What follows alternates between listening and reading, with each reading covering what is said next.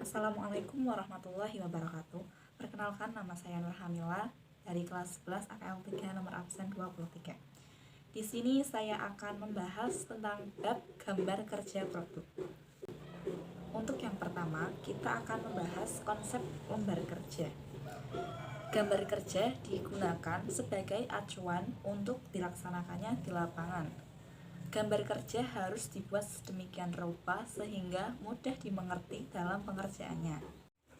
Sedangkan gambar teknik merupakan suatu bentuk ungkapan dari suatu gagasan atau pemikiran mengenai suatu sistem, proses, cara kerja, instruksi, diagram, rangkaian, dan petunjuk yang tujuannya itu untuk memberikan instruksi dan informasi yang dinyatakan dalam bentuk gambar. Secara umum, gambar teknik ada dua, dapat diklasifikasikan menjadi dua, yaitu yang pertama gambar 2 dimensi dan yang kedua gambar 3 dimensi. Yang pertama yaitu gambar 2 dimensi.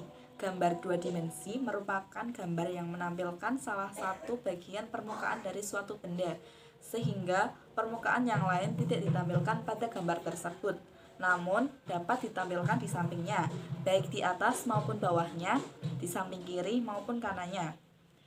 Fungsinya untuk memberikan informasi lengkap tentang suatu benda. Yang kedua yaitu gambar 3 dimensi. Gambar 3 dimensi merupakan bentuk asli, gambar dari bentuk asli suatu benda, sehingga tampilannya sama dengan benda aslinya.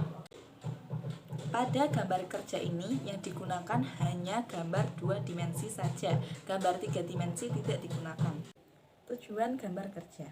Tujuan gambar teknik adalah untuk menerjemahkan gambar desain menjadi gambar terukur yang dapat dipahami oleh orang lain. Kemudian kita akan membahas tentang langkah-langkah pembuatan gambar kerja. Kerja seorang perancang diawali dengan membuat sketsa. Kemudian sketsa itu dianalisa.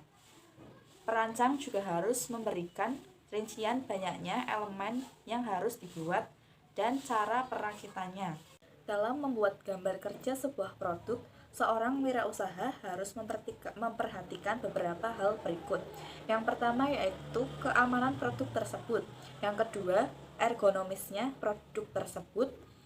Yang ketiga, kemudahan dalam penggunaannya. Yang keempat, kepraktisan saat digunakan di mana saja. Yang kelima, bahan baku yang dibuat. Dan yang keenam, model atau bentuk yang sesuai dengan masanya. Langkah-langkah wirausaha dalam membuat gambar kerja menjadi produk nyata antara lain sebagai berikut. Yang pertama yaitu mencari ide produk atau gagasan yang sesuai dengan pasar. Yang kedua yaitu menetapkan ide atau gagasan. Yang ketiga, membuat gambar produk. Yang keempat, membuat prototipe produk. Yang kelima, menganalisisnya mengenai contoh produk tersebut. Dan yang keenam, mengevaluasi jika ada kekurangan. Adapun beberapa aplikasi yang dapat digunakan untuk membuat gambar teknik, antara lain AutoCAD, SketchUp, Archicad, dan Readimax. Selain dengan menggunakan aplikasi, seorang wirausaha juga dapat membuat gambar teknik dengan manual. Alat dan bahannya yaitu sebagai berikut. Yang pertama, pensil gambar. Yang kedua, ballpoint. Yang ketiga, meja gambar. Yang keempat, kertas. Dan yang kelima, jangka.